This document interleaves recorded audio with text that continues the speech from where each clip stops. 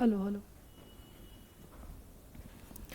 सभी को मेरा नमस्कार है, सभी को मेरा प्रणाम है। कैसे हैं आप लोग? प्लीज़ एक बार कमेंट करिएगा। आप लोग बहुत ही अच्छे होंगे। आज एक बहुत ही सेंसिटिव मुद्दे पे हम लोग बात करने जा रहे हैं, और ये जो है एक सफलता का अचूक मंत्र है जो आपको सिलेक्शन तक पहुंचाने में ये बहुत बड़ी भूमिका निभाती है। अपने आप के अंदर अंडरस्टैंडिंग डेवलप करने के लिए या फिर अपने कंटेंट को चेक करने के लिए, अगर कि आप सही कंटेंट पढ़ रहे हैं कि नहीं, आपको सही गाइडेंस मिल रही है कि नहीं, आप सही, आपके जो शिक्षक या शिक्षिका जो भी पढ़ा रही हैं या जो पढ़ा रहे हैं, या आप जहां भी कोचिंग संस्थान पे काम पढ़ रहे हैं, क्या वो आपके सही कंटेंट जो आपके सिलेबस के अनुसार है वो चीज़ें आपको दे रहा है कि नहीं, या फिर क्या आप जो कंटेंट आपको पढ़ाया जा रहा है क्या वो आपके एग्जाम्स के लिए बेनिफिट है कि नहीं। ये सब आज के हम लोग ये सारे सवालों के जवाब ढूंढेंगे और पूरे प्रूफ तरीके से मैं आपको बताने का प्रयास करूंगी।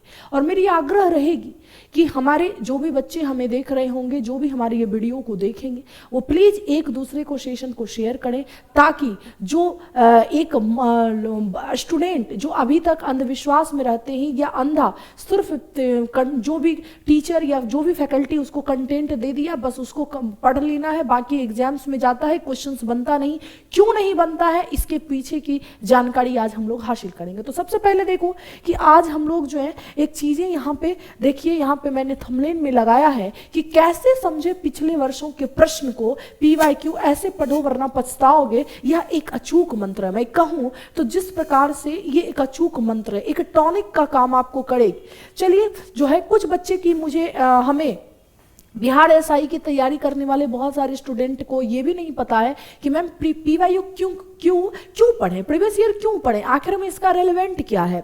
अब एग्जाम्स तो होने वाले हैं, एग्जाम्स तो PYQ के तो हो चुके हैं, फिर इसको इतना एफर्ट क्यों आप लगा रहे हैं। तो आइए इसको दिखाने का हम लोग प्रयास करते हैं। सबसे पहले देखो कि एक जो बिगिनर स्टूडेंट होते हैं, ये बिगिनर की बातें कर रहे हैं, जो एक बिगिनर स्टूडेंट होते हैं जिनको कुछ नहीं पता बिहार SI में कैसे, अभी सिर्फ जो है पैर रखा है कि हमें SI बनना है, हमें स्टेट PCS बनना है, या कुछ भी चीजें आप अगर देख रहे हैं कि हमें ये काम करना है, तो सबसे पहले आपके दिमाग में ये थॉट आता है कि किसी भी एग्जाम्स की तैयारी करने में ये सवाल आता है कि what will come in the paper, paper में क्या आएगा। हमें सबसे पहले ये पता है कि हमें मान लिया जाए बिहार दरोगा बनना है, तो हमारे दिमाग में ये थॉट आते हैं, ये सोच आती है, ये चीजें हमारे दिमाग में हर टाइम चलते रहती है कि पेपर में क्या आएगा। तो आइए इसके बारे में हम लोग देखते हैं। तो ये देखो, एक बच्ची है जो कि सोच रही है, माथा पे हाथ रखी हुई है, बोल रही है पेपर में क्या आएगा। तो देखो, पेपर में जो आता है ना वो सिलेबस है, वो पेपर में जो आता है वो क्या है, वो सिलेबस है। एकदम से चीजें ध्यान में रखना, एकदम से चीजें क्या करना, आपको ध्यान में रखना कि पेपर में जो आएगा ना वो सिलेबस है। अब ये पहले देखना है कि आप जिस भी एग्जाम्स की तैयारी कर रहे हो, मान लिया जाए कि आप जो है, अगर मैं पूछूं कि बिहार SI का आप एग्जाम्स दे रहे हो, ठीक है ना, या फिर आप BPSC का एग्जाम्स दे रहे हो, या कोई भी आप जो है स्टेट PSC दे रहे हो, या फिर आप रेलवे का एग्जाम्स को फॉलो कर रहे हो, ठीक है ना, रेलवे दे, सभी में आपको सिलेबस आपको देखना है, ठीक है, सब में सिलेबस के, तो सिलेबस के अनुसार पढ़ना है। किसके अनुसार पढ़ना है? सिलेबस के अनुसार जो है पढ़ना है, सिलेबस के अनुसार पढ़ना है। लेकिन अब ये सारे एग्जाम्स को अगर हम देखा जाए, ठीक है, हम यहाँ पर रेलवे को हम हटा देते हैं, रेलवे को हटा देते हैं, या फिर हम यहाँ पे सबसे ऊपर में हम UPSC भी लिखते हैं। UPSC, बिहार SI, BPSC, कोई भी स्टेट PCS से आप जो है तैयारी,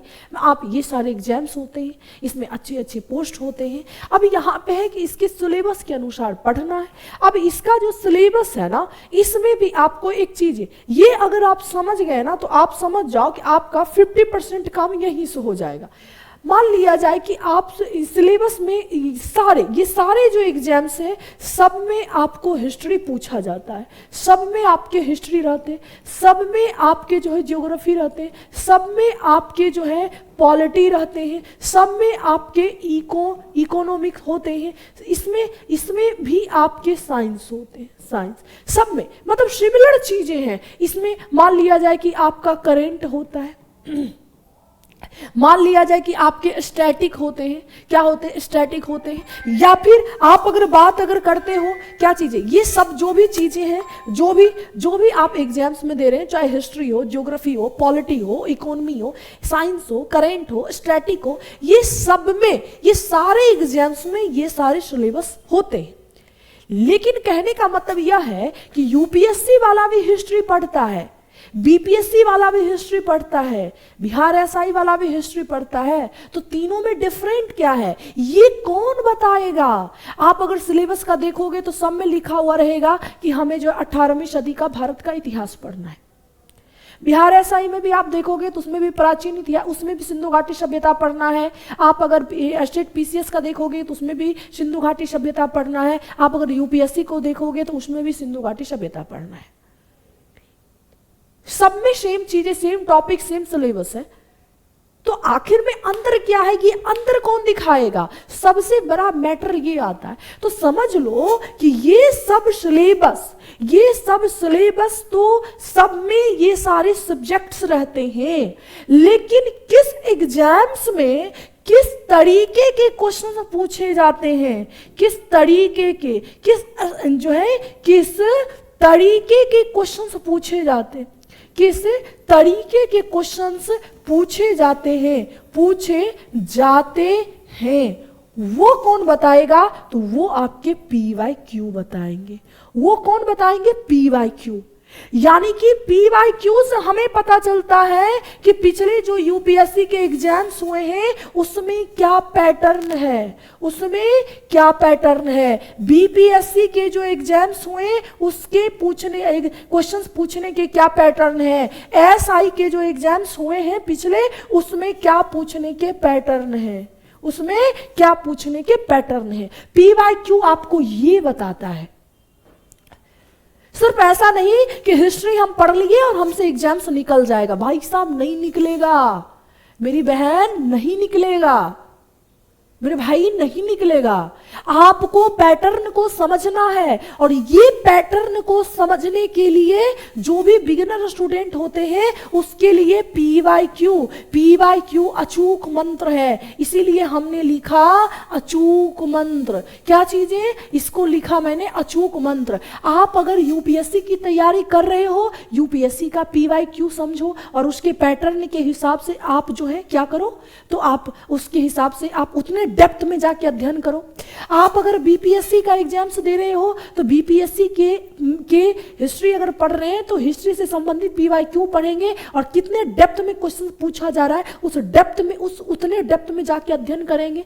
क्योंकि हमें एग्जाम्स निकालना है, मैं फिलोसफर नहीं बनना, हमें PhD नहीं करना है, उस तरीके से काम करना है। और ये सारी चीजें कौन आपको आसान बनाएगा? तो याद में रखना, ये आपके PYQ बनाएंगे, और इसीलिए हम लोग PYQ पढ़ते हैं। दूसरा सवाल, तो सबसे पहले ये समझ लेना कि सिलेबस एग्जाम्स के पैटर्न को समझने के लिए PYQ अति आवश्यक है, और PYQ हम पढ़ते हैं। अब सबसे पहली बात ये है कि आखिर में, और दूसरा काम क्या करता है PYQ? तो दूसरा काम देखो, दूसरा काम की बातें अगर मैं पढ़ूं तो ये सारी चीजें तो ठीक है, ये सारी चीजें मैंने हम बताएंगे आपको। तो अब देखो ये चीजें हो गई, ये सारी चीजें। अब यहाँ पे एक चीजें मैं यहाँ पे बताने का बात करूं कि ये बताओ कि PYQ और क्या, मतलब कि क्या कुछ और भी PYQ के लाभ हैं? तो आइए, एक और लाभ है आपको मैं बता दूं कि एक और लाभ है PYQ की। मैं अगर बात करूं तो समझो, मान लिया जाए XYZ, मतलब AYZ शिक्षक से, या फिर मतलब मान लिया जाए शिक्षक से पढ़ रहे हो, ठीक है, पढ़ रहे हो। उसके बाद वहां पे आपने हिस्ट्री पढ़ा, हिस्ट्री, उन्होंने हिस्ट्री पढ़ाया। क्या पढ़ाया? हिस्ट्री पढ़ा दिया।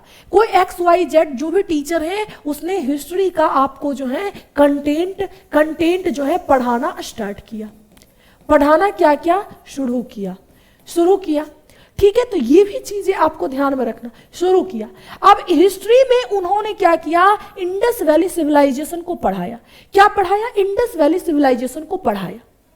अब आप जो है इंडस वैली सिविलाइजेशन को पढ़े, आपको बोला कि हाँ समझ गए, तो आप बोलिएगा, क्योंकि सामने में तो कोई नहीं बोलेगा, किसी टीचर को खड़ा बोले हाँ समझ गए। लेकिन आप इस कैसे समझोगे कि इंडस वैली सिविलाइजेशन का जो कंटेंट हमारे XYZ शिक्षक ने हमें बताया वो सही बताया कि नहीं, उतने डेप्थ में बताया कि नहीं, उस पैटर्न पे बताया कि नहीं, ये चेक कौन करेगा? ये PYQ चेक करके आप उनको चेक कर सकते हैं। अपने कंटेंट को क्या कर सकते हैं? चेक कर सकते हैं। वो जो XYZ टीचर जो हवाबाजी लगा रहा था, वो जो कंटेंट आपको मान लिया जाए कि एक A4 साइज का पेपर जो है, इसमें आपने उनके पढ़ाए हुए चीजों को नोट कर लिया। अब हम ये नोट जो है इसको कैसे पता करेंगे कि ये चीजें सही है या गलत है, इन्होंने सही पढ़ाया या गलत किया? तो उस टाइम आप PYQ इंडस वैली सिविलाइजेशन से संबंधित PYQ के सॉल्व करेंगे। क्या करेंगे? सॉल्व करेंगे। ये भी चीजें ध्यान में रखना। PYQ को क्या करेंगे? सॉल्व करेंगे। और PYQ के सॉल्व करके आप जो है चेक कर सकते हैं। आप चेक कर सकते हैं। किसको चेक कर सकते हैं? चेक कर सकते हैं किसको? कंटेंट को। किसको चेक कर सकेंगे? कंटेंट को चेक करेंगे। PYQ ध्यान में रखना, PYQ बना के आप अपने अंदर अंडरस्टैंडिंग, ध्यान में रखना, अंडरस्टैंडिंग को डेवलप कर सकते हैं। अंडरस्टैंडिंग को क्या कर सकते हैं? तो विकसित कर सकते हैं। ये भी चीजें ध्यान में रखना। अंडरस्टैंडिंग को क्या कर सकते हैं? विकसित कर सकते हैं माय डियर। ठीक है ना? तो इससे देखो, सबसे पहले तो कंटेंट को चेक कर सकते हैं कि आप सही कंटेंट पढ़ रहे हैं कि नहीं। ये कौन बताएगा? ये PYQ बताएगा आपको। हमारे जो XYZ टीचर जो पढ़ा रहे हैं, मान लीजिए मैं अगर पढ़ा रही हूं तो मैं उस कंटेंट को फॉलो कर रही हूं कि नहीं, जिस कंटेंट के आधार पे आपके जो है टीचर मतलब कि क्वेश्चंस पूछे जा रहे हैं। हमारा जो कंटेंट है वो पैटर्न को फॉलो कर रहा है कि नहीं। दूसरी चीजें, आपको मान लिया जाए कि आपने इंडस वैली सिविलाइजेशन का पूरी थ्योरी आपने पढ़ रखा, लेकिन आपसे क्वेश्चंस एक भी नहीं बन रहे हैं। इसका मतलब आपने पढ़ा है सिर्फ, लेकिन आपने सोचा नहीं, आपने अपने अंदर अपनी अंडरस्टैंडिंग को डेवलप नहीं किया। तो क्या करेगा? तो सबसे पहले तो आप चेक कर सकते हैं कंटेंट को किसकी मदद से? PYQ की मदद से। और अगर कोई फैकल्टी, अगर XYZ टीचर जिससे भी आप पढ़ाई कर रहे हैं, अगर उससे आप जो है PYQ नहीं बन रहे हैं उनके कंटेंट से, तो आप ज्यादा समय ना दें। तो फिर आप जो है बेमतलब का कंटेंट पढ़ते रहोगे, आपका क्वेश्चन सॉल्व ही नहीं होगा। इसीलिए, और अगर आप उनके पढ़ाए हुए कंटेंट को नहीं समझ रहे हैं तो ये भी नहीं, क्वेश्चंस नहीं बना तो इसका मतलब नहीं समझ रहे हैं। तो आप अपने अंदर अंडरस्टैंडिंग को विकसित कीजिए, और ये काम आपका करता है PYQ। ये काम कौन करता है? PYQ। तो सबसे पहले आप सही कंटेंट पढ़ रहे हैं कि नहीं पढ़ रहे हैं, ये चेक करता है कौन? PYQ से आप चेक कर सकते हैं। आपके अंदर क्वेश्चंस बनाने की, अंडर टॉपिक पढ़ने के बाद आपके अंदर कितनी सारी चीजें अंडरस्टैंडिंग आई, कितने आप उसको हजम किए, कितने आप उस टॉपिक को सोच पा रहे हैं, समझ पा रहे हैं, ये चीजें बताता है आपका PYQ। इसीलिए PYQ एक अचूक मंत्र है। इसीलिए मैंने लिखा कि PYQ एक अचूक मंत्र है। ठीक है। दूसरा चीजें अब यहाँ पे चीजें ये है कि PYQ प्रीवियस ईयर क्वेश्चंस कब से PYQ बनाना शुरू करें। अब ऐसा नहीं है कि हम बिगिनर स्टूडेंट हैं, हम अभी से ही PYQ बनाना स्टार्ट कर देंगे, डिमोटिवेट हो जाओगे। नहीं, मान लिया जाए कि हम अगर बिहार SI, ध्यान में रखना, अगर हम बिहार SI का हम जो है तैयारी कर रहे हैं। क्या कर रहे हैं बच्चा? इसकी जो है हम लोग तैयारी तैयारी कर रहे हैं, इसकी तैयारी जो है हम लोग कर रहे हैं। अब जब इसकी तैयारी कर रहे हैं तो हमें जो है सबसे पहले जो है इसके बारे में सिलेबस पता है। इसके बारे में क्या है, हमें सिलेबस पता है। हमें क्या सिलेबस जो है, इसका सिलेबस हमें जो भी चीजें मान लिया जाए इसके सिलेबस में, मान लिया जाए हिस्ट्री है, इसके सिलेबस में जो है जियोग्राफी है, इसके सिलेबस में जो है पॉलिटी है, इसके सिलेबस में पॉलिटी है, इसके सिलेबस में इकोनॉमी है, ठीक है ना, इसके सिलेबस में साइंस है, इसके सिलेबस में करंट है, ठीक है ना, करंट प्लस स्टैटिक, ये सारा इसका मेन पिलर है सिलेबस। अब क्या है कि बिगिनर स्टूडेंट को ये पता है हिस्ट्री में जो भी टॉपिक होंगे वो चीजें हैं। चलो सिलेबस के तो है, ये सारी चीजें हम लोगों ने देख लिया। अब PYQ भाई तुरंत में बना लो, नहीं डिमोटिवेट होना नहीं, सुनो। अब मान लिया जाए कि हिस्ट्री का कोई एक टॉपिक बनाओ, मतलब हिस्ट्री का कोई एक टॉपिक पढ़ लिए। मान लिया जाए कि हमने पढ़ा, आपको पढ़ाया यूरोपीय कंपनी का आगमन, यूरोपीय कंपनी का आगमन, यूरोपीय कंपनी का आगमन मैंने पढ़ाया। अब ये जो टॉपिक है ना, ये टॉपिक पूरा क्या हो गया, कंप्लीट हो गया। ये पूरा टॉपिक आपके जो XYZ टीचर हैं वो कंप्लीट कर दिए। जब कंप्लीट कर दिए ना तो इसी टॉपिक के PYQ बनाना है। इस टॉपिक के PYQ पिछले 10 साल यानी 10 से जो भी जितने भी एग्जाम्स हुए आपके, 10 साल हो, 5 साल हो, 6 साल हो, कम से कम छोड़ो 10 साल में अगर नहीं लिखती हूं तो कम से कम 5 साल, मान लिया जाए हमें 5 साल तो लिखना, मतलब कि 5 साल में इस टॉपिक के जो भी क्वेश्चंस पूछे गए हैं, मतलब बिहार SI के लगातार 5-6 एग्जाम्स हुए हैं तो हम उस सबको उठा लेते हैं। 5-6 साल, इसमें कोई बहुत बड़ा ये नहीं है। 10 साल अगर हुआ है एग्जाम तो 10 साल वाला ले लेंगे, 5 साल हुआ तो 5 साल वाला ले लेंगे। अब इस टॉपिक को क्या करना है, अब इस टॉपिक में जो भी क्वेश्चंस पूछे गए हैं उसको क्या करना है बच्चा, उसको आपको सॉल्व करना है। उसको क्या करना, सॉल्व करना है। उसके बाद पहले टॉपिक खत्म करो फिर PYQ बनाओ, ठीक है ना। उसके बाद ये चीजें, अब मान लीजिए ज्योग्राफी में हम लोग जो है इंडियन याद में रखना, हम लोग जो है इंडियन ज्योग्राफी जो है समाप्त कर दिए, इंडियन ज्योग्राफी हमने समाप्त कर दिया।